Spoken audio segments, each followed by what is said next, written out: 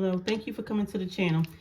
I'm going to show you color these 20mm beads that I got from Amazon, and they're wooden, and we use these to create garland for the tier trays. I did some already yellow to give you an idea of what they'll look like. I also have some that are rose gold, but today we're going to do them red. We're going to use this. This is my first time using the Craft Smart. I usually use Apple Barrel, but we're going to try the Craft Smart today. So we're going to use a baggie, and I'm just going to throw them all in the bag. And we just put like a drop or two in there. We probably need a little bit more than that, but I want to see what it look like when I shake these up.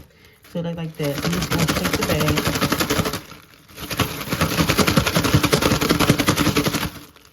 And you see how they're coloring? However, we're going to need more than that. So I'm just going to open the bag.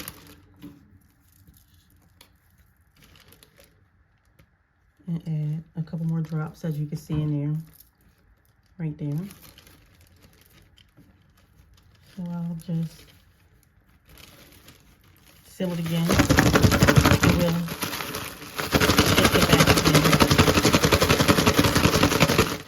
Some paint takes a couple coats. I have some purple. I'll show you in the next video that the purple I needed like 3 coats. However, you see the beads there. So we're going to add a little bit more in there, and then we'll see how it looks thin. And if I don't like the color, then I'll wait till it dry. I'll lay them out. I'll wait till they dry. It's going to dry fast. And then I'll do it again.